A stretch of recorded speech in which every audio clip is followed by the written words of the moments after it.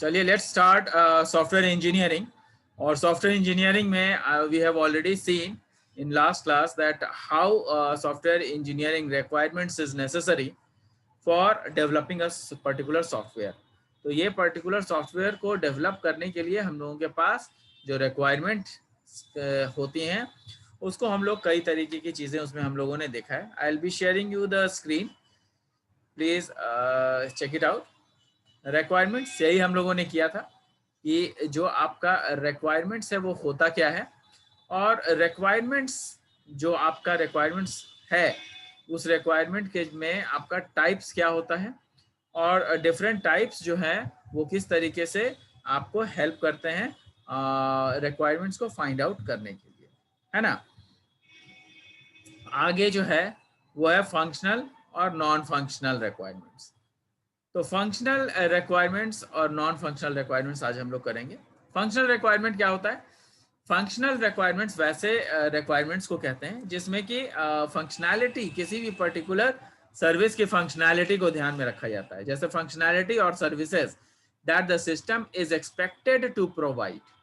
मतलब कोई ऐसा सिस्टम जिसके थ्रू आपका जो फंक्शनैलिटी है वो एक्सपेक्ट किया जा रहा है, फंक्शनैलिटी जो है वो आपको दी जा रही है, और वो फंक्शनैलिटी कई रूप में हो सकता है। जैसे सॉफ्टवेयर के माध्यम से फंक्शनैलिटी की बातें करें तो आपका जो फंक्शनैलिटी होता है, जैसे फेसबुक में अगर आप फंक्शनैलिटी की बातें करें तो उसमें फेसबुक में मैसेजेस भी साथ में आप भेज सकते हैं, दिस इज द फंक्शन। आप साथ में चैट भी कर सकते हैं online, this is the function. आप जो है सेम टाइम पे डिफरेंट फ्रेंड्स के प्रोफाइल्स को चेकआउट करके आप किसी को भी फ्रेंड बना सकते हैं, फ्रेंड में जोड़ सकते हैं। जो लोग फ्रेंड्स एडेड हैं उसको जो है आप लोग जो फोटो दिखाना चाहिएगा वो सब दिखा सकते हैं। तो दीज आर फंक्शनैलिटीज, तो इसको हम लोग फंक्शनैलिटीज कहते हैं। तो यही कह रहा है कि फंक्शनैलिटी और services that the system is expected to provide.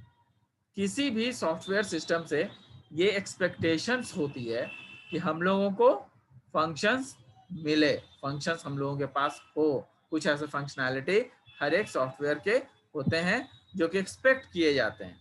अब एग्जांपल लीजिएगा कि स्टूडेंट डेटाबेस सिस्टम अगर बना रहे हैं या स्टूडेंट डिटेल्स बना रहे हैं तो ये एक्सपेक्ट करेंगे ना हम लोग कि भाई स्टूडेंट डिटेल्स में स्टूडेंट का सारा डिटेल होगा। तो this is called expectation. Expectation कहने का मतलब कि जो भी हमारा सॉफ्टवेयर से एक्सपेक्टेशन हो सकता है। जैसे अब हम लोगों को ये एक्सपेक्ट करना होगा कि अगर स्टूडेंट डिटेल्स बना रहे हैं तो स्टूडेंट का नाम, उसका एज, उसका कौन सा सेमेस्टर है, उसका ब्रांच, ये सब उसके डिटेल्स में होंगे ही होंगे। उसके फादर्स नेम, उसके मदर्स नेम, उसका परसेंटेज कितना आया है पिछले सेमेस्टर में, नहीं आया, वो सारी चीजें उसमें होंगे। ये एक्सपेक्टेशंस है। तो ये एक्सपेक्टेशंस को हम लोग मीट कराते हैं। मतलब what is there available, whatever the things are available can be available in the software that is expected, and whatever is expected is being put in the software so as to give a particular give benefits to the person who are associated with the softwares। अब यहाँ पे देखिए क्या है functional requirement में। सबसे पहला मैंने आपको बता दिया फंक्शनैलिटी और services that the system is expected to provide. Next क्या है? Functional requirements may also explicitly state what the system shouldn't do। कहने का मतलब कि फंक्शनल रिक्वायरमेंट्स जो है वो और क्या हो सकता है? फंक्शनल रिक्वायरमेंट में ऑल्सो एक्सप्लिसिटली स्टेट, वो और भी बता सकता है, अलग से बता सकता है कि कौन कौन सी चीजें सिस्टम को में नहीं होंगी।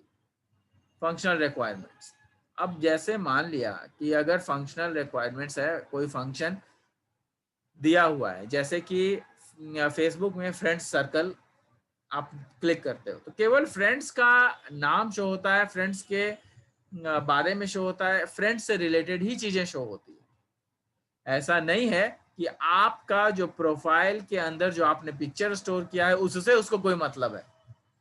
बात समझ रहे हैं? तो फंक्शनैलिटी क्या होता है कि फंक्शनैलिटी होता है कि जब आप ने किसी फंक्शन को एक्सप्लिसिटली स्टेट कर दिया कि ये फंक्शंस होंगे, तो उस फंक्शनैलिटी को हम लोग समझ जाते हैं कि इसी से रिलेटेड चीजें होंगी, दूसरी चीजें नहीं होंगी। एग्जाम्पल में मैंने जैसा कि आपको बताया, फेसबुक में इस तरीके का चीज हो सकता है कि फेसबुक में क्या होता है कि हम लोगों के पास फेसबुक में रिक्वेस्ट आते हैं फ्रेंड्स के, लेकिन उसमें ये नहीं बताया जाता है कि भाई मेरे जो फ्रेंड्स हैं उसके जो उसके उसके प्रोफाइल में जो फोटोज लगे हुए हैं उसमें उसके अलावा और कितने डिफरेंट फोटोज लगे हैं, या फिर उस फ्रेंड ने मुझे क्या पर्सनल मैसेजेस किए हैं, तो ये सब उसमें नहीं हो सकता है। तो दीज आर डिफरेंट फंक्शनैलिटीज। तो एक फंक्शन दूसरे फंक्शन से अलग होता है, इसीलिए फंक्शनल रिक्वायरमेंट्स में also explicitly state what the system shouldn't do. मतलब जो आपका सॉफ्टवेयर है वो क्या क्या नहीं करेगा, वो चीजें भी फंक्शनल रिक्वायरमेंट से पता चल जाता है। अगर फंक्शनैलिटी आपने किसी सॉफ्टवेयर में दिया हुआ है कि भाई फेसबुक में अगर कोई फंक्शनैलिटी दी हुई है कि आप सोशल नेटवर्किंग साइट है, आप फ्रेंड्स से एसोसिएट हो सकते हो, आप डिफरेंट फ्रेंड्स के साथ बात कर सकते हो, डिफरेंट रिलेटिव्स को जोड़ सकते हो उसमें, तो ये आपका सोशल नेटवर्किंग साइट है, तो ये सब चीजें होंगी।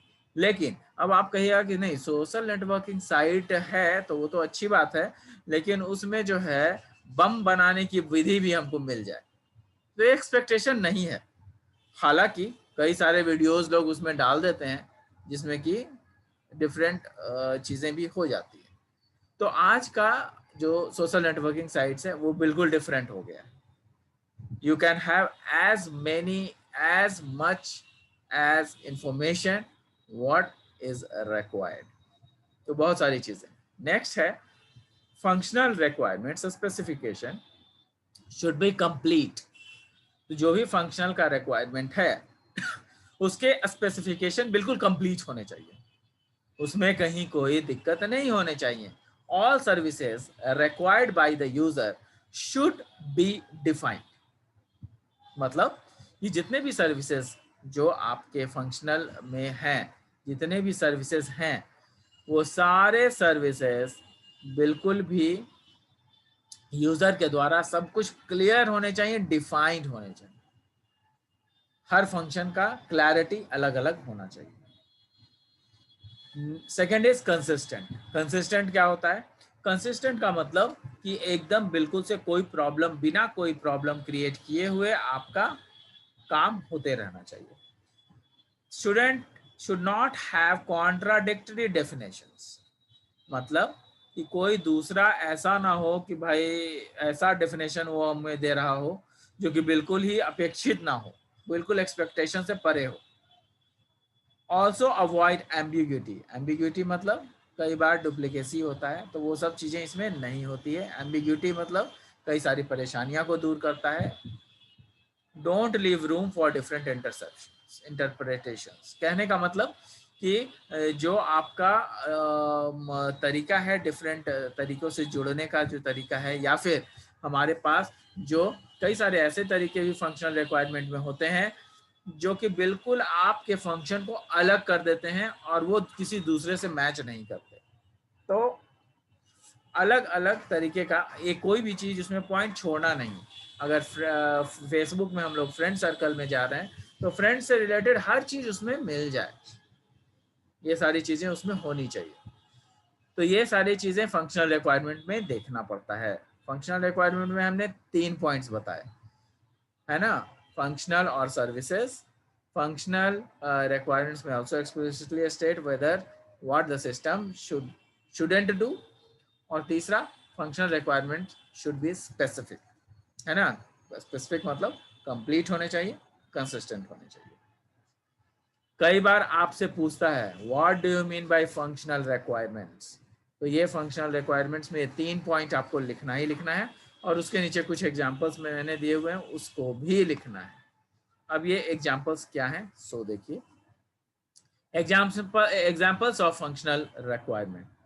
द लाइब्सिस मतलब लाइब्रेरी सिस्टम्स है ना, the LIBSYS system, library system जो है वो एक फंक्शनल रिक्वायरमेंट जो लाइब्रेरी के बारे में सब कुछ बताएगा। A library system that provides a single interface, एक सिंगल इंटरफेस है, to a number of databases, कई सारे डेटाबेस उससे जुड़े हुए हो सकते हैं, of articles in the different libraries, मतलब लाइब्रेरी से ही रिलेटेड होंगे। Users can search for download and print the different articles, ये भी पॉसिबल है कि कई सारे यूजर्स जो है वो क्या करेंगे, वो डिफरेंट आर्टिकल्स जो है वो प्रोवाइड कराएंगे, है ना। users can search for users can search for users can search for download and print these articles for personal study, कई सारे पर्सनल स्टडी के लिए यूजर्स अपना यूज कर सकते हैं। The user shall be able to search either all the initial set of databases or select a database from it, कहने का मतलब कि कई सारे जो यूजर्स होते हैं, the users will be able to search either all the initial set, तो कई सारे इनिशियल सेट ऑफ को भी हम लोग देखते हैं, उसमें यूजर्स उसमें देख सकते हैं डेटाबेस का क्या क्या सेटअप है, और ये भी सेलेक्ट कर सकते हैं कि कौन कौन से सबसेट्स उसमें आएंगे। सबसेट मतलब एक फंक्शन के अंदर डिफरेंट फंक्शन कौन कौन से होंगे, ये सारी चीजें इसमें है। नेक्स्ट है the system shell provide appropriate viewers, तो सिस्टम जो है कई सारे व्यूअर्स को भी प्रोवाइड करती है। सिस्टम जो है, जो हमारा सॉफ्टवेयर है, वो कई सारे व्यूअर्स को, मतलब एक बार में कई सारे लोग देख सकते हैं उसी सेम समय में कि कोई भी सामान कहाँ पे रखा हुआ है, कोई भी जो किताबें हैं वो कहाँ पे रखी हुई हैं, या फिर कौन कौन सी किताबें हैं, कौन कौन से ऑथर्स की किताबें हैं, तो बहुत सारी चीज़ें हैं जो कि लाइब्रेरी सिस्टम्स में हो सकता है। Every order shall be allocated unique identifier, अब जितना भी ये चीज़ बहुत इंपॉर्टेंट चीज़ है कि जितने भी लॉगिन्स होंगे, कई सारे लॉगिन्स एक बार एक समय में हो सकते हैं, 10-15 लोग, 20 लोग, 50 लोग अगर आपका लॉगिन किए हुए हैं एक ही समय में लाइब्रेरी सिस्टम में, तो हर एक का ऑर्डर आईडी अलग अलग होना चाहिए। क्यों? क्योंकि डायरेक्टली आप डेटाबेस से डील कर रहे हैं, डेटाबेस में आपका नाम जाएगा और वहां से आपको ये चीज़ रिकॉर्ड में होना चाहिए कि आप जैसे ही ज्वाइन करें तो जो भी आपकी क्वेरी है उसका एक ऑर्डर आईडी अलग से मेंटेन किया जाए। which the user shall be able to copy the account for permanent storage area, तो ये चीज़ें जो है यूजर्स के लिए बड़ी अच्छी हो जाती है। जब यूजर्स जो है उसमें अपना लॉगिन और पासवर्ड देते हैं तो उसके नाम से एक डेटाबेस में क्रिएशन हो जाता है, जिसकी वजह से सारी चीज़ें बदल जाती है, अच्छी हो जाती है ना। तो दीज आर द एग्जाम्पल्स मैंने आपको फंक्शनल यूनिट के बता दिए। Now next is non functional unit. Non functional unit क्या होता है? कुछ ऐसे फंक्शनल यूनिट होते हैं जिनकी जरूरत नहीं होती है लेकिन हमें वो प्रोवाइड करना पड़ता है। यहाँ पे देखिए, requirements that are not directly concern, कुछ ऐसे भी होते हैं जो डायरेक्टली जरूरत नहीं है सिस्टम में लेकिन हमें वो प्रोवाइड करना पड़ेगा। क्यों करना पड़ेगा? वो इसलिए करना पड़ेगा क्योंकि कई सारे ऐसे फंक्शनैलिटी होते हैं जो कि रिक्वायर्ड होते हैं पर हमें ऐसा लगता है कि ये रिक्वायर्ड नहीं है। जैसे एग्जाम्पल मैंने आपको बताया कि फ्रेंड सर्कल्स में कोई ज़रूरी नहीं कि जब हम लोग फ्रेंड सर्कल खोलें फेसबुक में, जब फ्रेंड सर्कल में हम लोग चले जाएं तो फ्रेंड सर्कल ने कौन कौन से फोटोज़ लगाए हैं वो हम लोग देख पाएँ, कोई ज़रूरी नहीं है। लेकिन ये फंक्शनल दिया गया है। ये फंक्शन क्यों दिया गया है? वो इसलिए दिया गया कि अगर आप फ्रेंड ना भी हों तो भी आप उसके फोटोज़ को एक्सेस कर सकते हैं अगर वो परमिशन दे दे। अगर फ्रेंड्स हों तब भी तब तो आप एक्सेस कर ही पाएंगे, अगर फ्रेंड्स ना भी हों तो भी आप एक्सेस कर पाएंगे, ऐसी फीचर्स दी हुई है। तो रिक्वायरमेंट है ये कि अगर कोई मेरा फ्रेंड है तो ही मैं उसका फोटोज देख सकता हूँ, ये रिक्वायरमेंट है। लेकिन जब मेरा फ्रेंड नहीं है तो मैं उसका फोटो क्यों देखूंगा? ये रिक्वायरमेंट नहीं है। लेकिन कई बारी हमें ये पता नहीं चलता है, ये 10 साल फ्रेंडशिप को हो गए, 10 सालों से मैंने अपने दोस्तों को देखा नहीं है, तो हो सकता है कि मैं 10 सालों में भूल जाऊं कि वो कैसा दिखता था। तो मैं उसको फ्रेंड्स नहीं बना सकता। अगर उसका फोटो अवेलेबल होगा, हम लोग अगर उसके फोटो को व्यू कर सकेंगे, तो हो सकता है कि हम लोग एक दूसरे से जुड़ पाए और फिर एक जो पहले की जो दोस्ती थी वो अच्छे से कंटिन्यू हो पाए। तो इस तरह का नॉन फंक्शनल रिक्वायरमेंट कहलाता है। इस तरह के फंक्शंस को हम लोग नॉन फंक्शनल रिक्वायरमेंट कहते हैं। देखिए यहाँ पे लिखा हुआ है requirements that are not directly concerned with the specific function delivered by the system. ठीक है। Next is typically relate to the system as a whole rather than the individual system features. अब ये कहता है कि जितना भी जो भी सिस्टम है वो टिपिकली रिलेट करे आपके पूरे सिस्टम से, मतलब पूरे सॉफ्टवेयर से ये कोरिलेटेड होना चाहिए। तो जो नॉन फंक्शनल रिक्वायरमेंट है, कोई जरूरी नहीं है कि जब फंक्शनल है ही नहीं तो उसको हम लोग कोरिलेट क्यों करेंगे, लेकिन कुछ ऐसे फंक्शंस हैं जो जरूरी होते हैं, तो जो जरूरी होते हैं उसको कोरिलेट भी करना पड़ेगा। नेक्स्ट पॉइंट है often could be deciding factor on the survival of the system. तो ये जो है कई बार ऐसा होता है कि हम लोगों का जो डिसाइडिंग फैक्टर होता है वो किसी पर्टिकुलर सिस्टम पे डिपेंड करता है। जैसे कि हम लोग किसी को फ्रेंड बनाएं या ना बनाएं, ये हमारे ऊपर है। हो सकता है कि नॉन फंक्शनल रिक्वायरमेंट के ही जरिए अगर मैंने किसी के फोटोग्राफ्स देखे और वो बंदा जो है मेरे काम का लगा या मेरे से रिलेटेड कभी था, उसको मैं पहचान गया, तो हम लोग उसको जो है फ्रेंड रिक्वेस्ट भेज सकते हैं, है कि नहीं। तो ये हम लोग डिसाइड कर पाते हैं तभी जब उसके फंक्शनल रिक्वायरमेंट्स को हम लोग देखते हैं या नॉन फंक्शनल रिक्वायरमेंट को भी देखते हैं, तो भी हम कई बार डिसाइड कर पाते हैं कि क्या हमें करना है। जैसे यहाँ पे often could be deciding factor on the survival of the system. Example, reliability, cost, response time. मतलब कितना रिलायबल है उस पर, कितना कॉस्ट है उस पर, और कितना रेस्पॉन्स टाइम लग रहा है उस पर, दोनों तीनों चीज पे डिपेंडेंट होता है। अब नॉन फंक्शनल रिक्वायरमेंट के लिए जो है मैंने यहाँ पर आपको दिया हुआ है, नॉन फंक्शनल रिक्वायरमेंट के लिए एक फोटोग्राफ दिया हुआ है। यहाँ पे नॉन फंक्शनल रिक्वायरमेंट है। नॉन फंक्शनल रिक्वायरमेंट में देखिएगा product requirement, organizational requirements, external requirements. इसमें तीन चीजें आती हैं। एक तो प्रोडक्ट का रिक्वायरमेंट हो, मतलब जो भी सॉफ्टवेयर आपका है उसी का रिक्वायरमेंट हो। दूसरा कि आपका प्रोडक्ट का रिक्वायरमेंट ना भी हो, लेकिन हो सकता है कि जिस ऑर्गेनाइजेशन में आप हैं उसके लिए ये ज़रूरी हो। मतलब जैसे कि अगर लाइब्रेरी मैनेजमेंट सिस्टम है तो लाइब्रेरी के लिए ये ज़रूरी है कि किताबें उसमें हो, लेकिन उसमें कोई ज़रूरी ये नहीं है कि डिफरेंट आर्टिकल्स भी हो, कोई ज़रूरी नहीं है कि डिफरेंट जर्नल्स भी उसमें हो, कोई ज़रूरी नहीं। लेकिन ये ऑर्गेनाइजेशन की डिमांड होती है कि नहीं, हम लोग जो है डिफरेंट जर्नल्स भी रखें और डिफरेंट जो नए नए टेक्नोलॉजी एडवांसमेंट में जो चीज़ें आ रही हैं, जो पेपर्स छप रहे हैं, उसको भी हम लोग रखें। तो ये ऑर्गेनाइजेशन का डिमांड है। तो कई बार हम लोग नॉन फंक्शनल रिक्वायरमेंट को इसलिए भी अपनाते हैं क्योंकि वो प्रोडक्ट की रिक्वायरमेंट नहीं होती है, लेकिन ऑर्गेनाइजेशन की रिक्वायरमेंट होती है। कुछ ऐसे भी रिक्वायरमेंट्स होते हैं जो एक्सटर्नल रिक्वायरमेंट्स होते हैं। एक्सटर्नल रिक्वायरमेंट्स कहने का मतलब कि उसको दूर दूर तक कोई रिलेशन नहीं है, लेकिन उसको रखना पड़ता है। एग्जाम्पल, जैसे कि लाइब्रेरी मैनेजमेंट सिस्टम की मैंने बात की, तो लाइब्रेरी मैनेजमेंट सिस्टम में कई सारे ऐसे एक्सटर्नल रिक्वायरमेंट्स भी हैं जो कि हमको उसमें जोड़ना होगा। जैसे हम लोग पब्लिशर्स का भी ध्यान में रखेंगे। भाई किसके लिए होता है library management system? Library management system students के लिए होता है, लेकिन हम लोग उसमें पब्लिशर को भी जोड़ देते हैं। क्यों जोड़ रहे हैं? क्योंकि ताकि पब्लिशर ये देख पाए कि हमारे उस लाइब्रेरी में कौन कौन सी किताबें हैं और कौन कौन सी किताबें नहीं हैं। जो नहीं है वो पहुंचा देगा।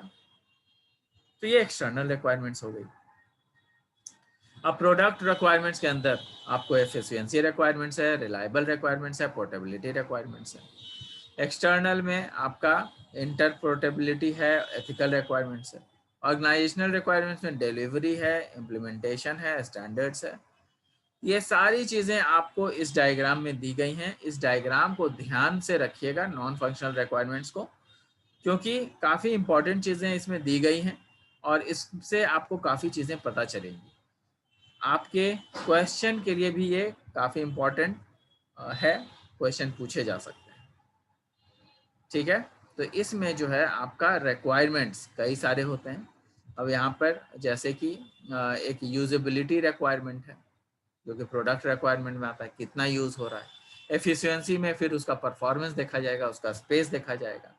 ऑर्गेनाइजेशनल रिक्वायरमेंट में देखा जाएगा कि डिलीवरी कितने देर में हो रहा है। इम्प्लीमेंटेशन रिक्वायरमेंट्स कैसा है, इम्प्लीमेंटेशन कैसा हो रहा है, जो रिक्वायरमेंट्स है उसकी स्टैंडर्ड्स क्या हैं, कहीं ऐसा तो नहीं कि बिलो स्टैंडर्ड है ना। कई बार इंटर पोर्टेबिलिटी रिक्वायरमेंट को अगर देखेंगे तो उसमें लेजिस्लेटिव आ जाएगा, प्राइवेसी आ जाएगा, उसकी सेफ्टी कैसी है, प्राइवेसी कैसी है, ये सब चीज़ें आ जाएंगी। तो ये आपका नॉन फंक्शनल रिक्वायरमेंट्स होते हैं। तो आपको जो है मैंने आज क्या क्या ख़त्म कर दिया है, फंक्शनल रिक्वायरमेंट्स और दूसरा non functional requirements. Functional requirements के यहाँ पर जो है मैंने आपको एग्जाम्पल्स भी दे दिए हैं और नॉन फंक्शनल रिक्वायरमेंट्स को भी मैंने एग्जाम्पल दिया है लाइब्रेरी मैनेजमेंट सिस्टम को एनहांस करते हुए, है ना। तो आप लोग जो है इसको ध्यान से थोड़ा सा पढ़ लेंगे। कुछ और भी चीज़ें हैं जैसे कि यहाँ पे डोमेन रिक्वायरमेंट्स है। डोमेन रिक्वायरमेंट्स क्या होता है वो देखिएगा। Domain requirements are derived from the application domain. Domain का मतलब ही होता है, ध्यान से सुनिएगा, डोमेन का मतलब होता है प्लेटफॉर्म, किस प्लेटफॉर्म पे आपका काम है। डोमेन रिक्वायरमेंट का मतलब है कि वैसे प्लेटफॉर्म, अब जैसे मान लिया आप सॉफ्टवेयर बना रहे हैं तो आपका डोमेन क्या है। डोमेन का मतलब ये होगा कि आपका जो सॉफ्टवेयर है वो किसी न किसी प्रकार से आपका सॉफ्टवेयर कुछ और नहीं बल्कि सी पे बनेगा, C++ पे बनेगा, जावा पे बनेगा, कौन सा डोमेन पे बनेगा, है ना। तो ये डोमेन की रिक्वायरमेंट होती है कि आखिर वो डोमेन चाहिए तो हमें, जब डोमेन चाहिए तो उसका रिक्वायरमेंट्स क्या क्या है। नेक्स्ट पॉइंट है may be new functional requirements. कई सारे ऐसे फंक्शनल रिक्वायरमेंट्स का भी उस डोमेन में जगह होना चाहिए कि नए नए फंक्शंस आए तो उसमें एडजस्ट कर दिया जाए, उसमें उसको इंक्लूड कर दिया जाए, है ना। तो ये नए फंक्शनल भी उसमें आने चाहिए। तो ऐसा डोमेन की रिक्वायरमेंट, ऐसा ही डोमेन हमें चाहिए जिसमें कि हम लोग अपने सॉफ्टवेयर के लिए नए चीज़ों को उसमें जोड़ सकें, है ना।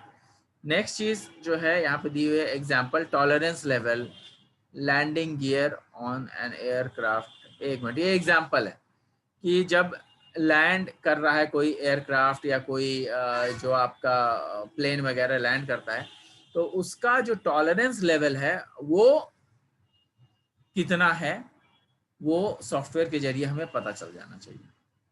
तो ये भी एक चीज़ है कि इस तरह के कई सारे नॉन फंक्शनल रिक्वायरमेंट होते हुए भी जो डोमेन की जो रिक्वायरमेंट है वो हमें देखना पड़ता है कि आखिर सॉफ्टवेयर का काम कितना दूर तक कितने एनहांस हो सकता है ना। जो सॉफ्टवेयर का काम है वो कितना एनहांस किया जा सकता है, उस सॉफ्टवेयर पर हम लोग कितना प्रेशर डाल सकते हैं, तो इसी को टॉलरेंस लेवल कहा जाता है। जैसे यहाँ पे एक और चीज़ दी हुई है कि what happens to fibre optics. Fibre optics क्या होता है, कम्युनिकेशन मीडियम है, और कम्युनिकेशन मीडियम जो जिससे कि टेलीफोन, डिफरेंट टेलीफोन्स अटैच होते हैं, जो इंटरनेट वगैरह कनेक्शन करने में काफ़ी यूज़ होता है, तो उसी को फाइबर ऑप्टिक्स कहते हैं। तो फाइबर ऑप्टिक्स लाइन में जो है ये बहुत ज़रूरी है जानना कि what happens to the fibre optics line in case of severe weather during winter Olympics. कई बार ये जानना ज़रूरी होता है कि जो सर्वर्स होते हैं वो क्या क्या काम कर सकते हैं, और हमारे जो डिफरेंट फाइबर ऑप्टिक्स हैं उसके डिफरेंट लाइंस कौन कौन से हैं, और जो ओलंपिक्स जो हैं उसमें कैस किस तरह की से इसको हम लोग यूज़ कर सकते हैं। मतलब ये एक एग्जाम्पल है, ठीक है। तो ये आपका डोमेन रिक्वायरमेंट कहलाता है। जबकि प्रोडक्ट रिक्वायरमेंट क्या होता है, प्रोडक्ट रिक्वायरमेंट होता है जो कि हम लोग देख चुके हैं इस नॉन फंक्शनल रिक्वायरमेंट में ही। देखिएगा जो प्रोडक्ट रिक्वायरमेंट कहता है, यहाँ पे देखिए, यहाँ पे लिखा हुआ है प्रोडक्ट रिक्वायरमेंट, है ना। यहाँ पे देखिए प्रोडक्ट रिक्वायरमेंट दिया हुआ है। तो प्रोडक्ट रिक्वायरमेंट, उसी प्रोडक्ट रिक्वायरमेंट की बात कर रहे हैं। प्रोडक्ट रिक्वायरमेंट क्या होता है, प्रोडक्ट रिक्वायरमेंट होता है it specifies the desired characteristic that a system और सब सिस्टम मस्ट प्रोसेस। ये आपके रिक्वायरमेंट्स को बताता है कि सिस्टम को आखिर क्या क्या काम करना है, है ना। सिस्टम में और कौन कौन सी चीजें इंक्लूड करनी है, कैरेक्टरिस्टिक्स क्या है उस सिस्टम का। सिस्टम में जब भी कोई नए चीज आए, आ सकते हैं कि नहीं आ सकते हैं, तो ये प्रोडक्ट का रिक्वायरमेंट है। नेक्स्ट है most NFRs are concern with specifying constraint. Most NFR मतलब नॉन फंक्शनल रिक्वायरमेंट्स। NFRs का मतलब नॉन फंक्शनल रिक्वायरमेंट। तो जितने भी नॉन फंक्शनल रिक्वायरमेंट है वो भी कंसर्न होने चाहिए, ताकि आपका जो अवरोध है कहीं से आपको रुकावट ना हो। तो उसको भी हमें प्रोडक्ट के रिक्वायरमेंट्स में ही ध्यान में देंगे। नेक्स्ट है स्पेसिफाइंग प्रोडक्ट रिक्वायरमेंट्स। तो स्पेसिफाई करेंगे कि प्रोडक्ट्स का क्या क्या रिक्वायरमेंट होना चाहिए, जैसे उसकी परफॉर्मेंस कैसी होनी चाहिए, उसकी कैपेसिटी कैसी होनी चाहिए। तो ये आपका प्रोडक्ट का रिक्वायरमेंट है, to specify what are the different product requirements specifically. ठीक है। उसके बाद जो है एक और पॉइंट है इसमें कि उसमें यूजिबिलिटी भी देखेंगे कि आखिर उसकी जो हम लोगों का जो प्रोडक्ट है वो कितना यूजेबल है ना। उसको ध्यान में रखते हुए भी हम लोग प्रोडक्ट की रिक्वायरमेंट को देख सकते हैं। अगर यूजिबिलिटी बहुत अधिक है तो हम लोग कई सारे फंक्शनल चीजें उसमें हम लोग डाल सकते हैं। Next is process requirements. Process requirements क्या है? Process requirements are constraint placed upon the development process of the system. Development process of the system कहने का मतलब डेवलपमेंट प्रोसेस किसका? सॉफ्टवेयर का। तो जब भी सॉफ्टवेयर को हम लोग डेवलप करते हैं, उसकी कोडिंग करते हैं, तो उसमें कई सारी चीज़ों को हम लोग ध्यान में रखते हैं। यहाँ पे प्रोसेस रिक्वायरमेंट्स जो है, दीज आर बेसिकली, कई बार प्रोसेस रिक्वायरमेंट्स के जरिए जो है हम लोग बहुत बढ़िया परफॉर्म नहीं कर पाते हैं, क्योंकि प्रोसेस की रिक्वायरमेंट्स है और हमारे पास उतने ज़्यादा फिजिबल है नहीं फंक्शनल्स, उतने सारे फंक्शंस नहीं हैं। तो उस समय क्या होगा कि आपका जो सॉफ्टवेयर है उसकी जो महत्वता है वो कम होने लगती है। तो वो चीज़ हमें नहीं करना है। Process requirements are constraints placed upon the development process of the system. जिस तरीके से प्रोसेस सॉफ्टवेयर को डेवलप किया जा रहा है उसी तरीके से उसके उसके रास्ते में आए अवरोध को भी हमें दूर करते जाना है।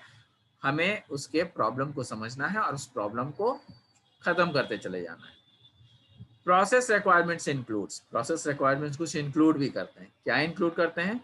Process requirements includes requirements on development standards and methods which must be followed, case tools which should be used.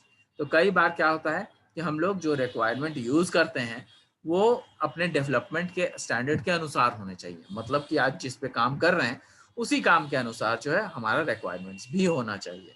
ऐसा नहीं है कि हम लोग काम किसी प्लेटफॉर्म पे कर रहे हैं और उस प्लेटफॉर्म पे वो चीज़ आ ही नहीं सकती, तो मुश्किल हो जाएगी। जैसे सी और C++ में अगर हम काम कर रहे हैं तो उसमें बहुत ज़्यादा हम लोग ग्राफिक्स का यूज़ नहीं कर सकते हैं। क्यों नहीं कर सकते हैं? क्योंकि ग्राफिक्स यूज़ करने के लिए हमें बहुत सारी कोडिंग उसमें लिखनी पड़ेगी और वो बहुत लंबा हो जाएगा, जो कि बहुत ही आसान होता है जावा में या फिर आपके HTML में। कई सारी चीज़ें बहुत ही आसानी से हो पाती हैं। तो हम लोग जो प्रोसेस का रिक्वायरमेंट है वो ध्यान से हम लोग देखेंगे क्या क्या रिक्वायरमेंट है हमारे पास। Next is case tools which should be used. Obviously different case tools होते हैं। The management reports must be provided. जितने भी मैनेजमेंट रिपोर्ट्स हैं वो सारी चीज़ें प्रोवाइड होनी चाहिए, है ना। जो मैनेजमेंट रिपोर्ट्स है वो मिलना चाहिए ताकि हम लोग आगे सही से काम कर पाए। और वहीं पर आपका जो एग्जाम्पल है वो भी यहाँ पे दिया हुआ है, जैसे कि आपका development process must be used explicitly. वो कई सारे चीज़ों से जुड़े हुए होना चाहिए।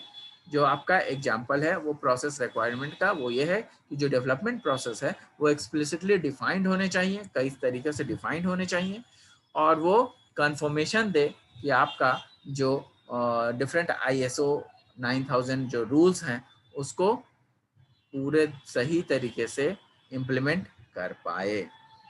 The system must be able to develop XYZ suite for case tools. Different case tools के लिए कई सारे डिफरेंट डेवलपमेंट्स भी हो सकते हैं। Management report setting out the efforts expended in each identified system. कहने का मतलब कि जो मैनेजमेंट रिपोर्ट्स है कि किस तरीके से सॉफ्टवेयर बना है, क्या क्या उसमें इंक्लूड हुआ है, कौन कौन सी चीजें उसमें और इंक्लूड करनी है, या फिर कितने दिन में ये बना है, वो सब चीज जो है मैनेजमेंट रिपोर्ट्स में लिखा होता है। तो वो मैनेजमेंट रिपोर्ट्स बहुत सही से बनाना पड़ता है ताकि हमें वो उसकी जरूरत कहीं भी क्योंकि पड़ सकती है।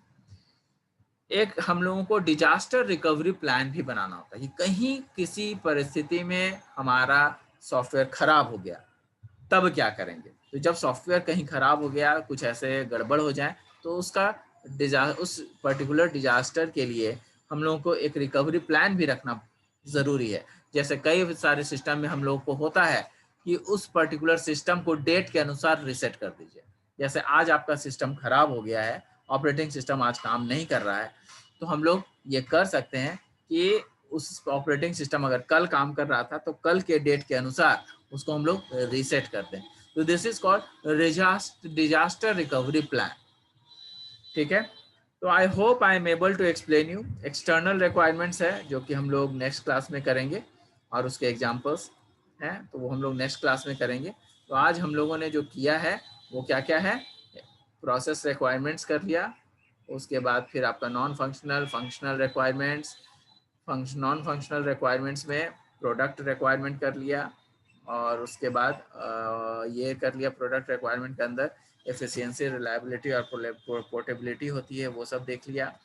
डोमेन की रिक्वायरमेंट क्या होती है वो देख लिया, है ना। और उसके बाद फिर स्पेसिफाइंग प्रोडक्ट्स क्या होते हैं वो देख लिया, प्रोसेस के रिक्वायरमेंट्स होते हैं क्या होते हैं वो देख लिया।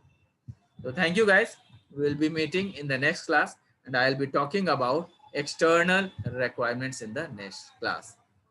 Thank you. Thanks a lot. We'll meet in the next class.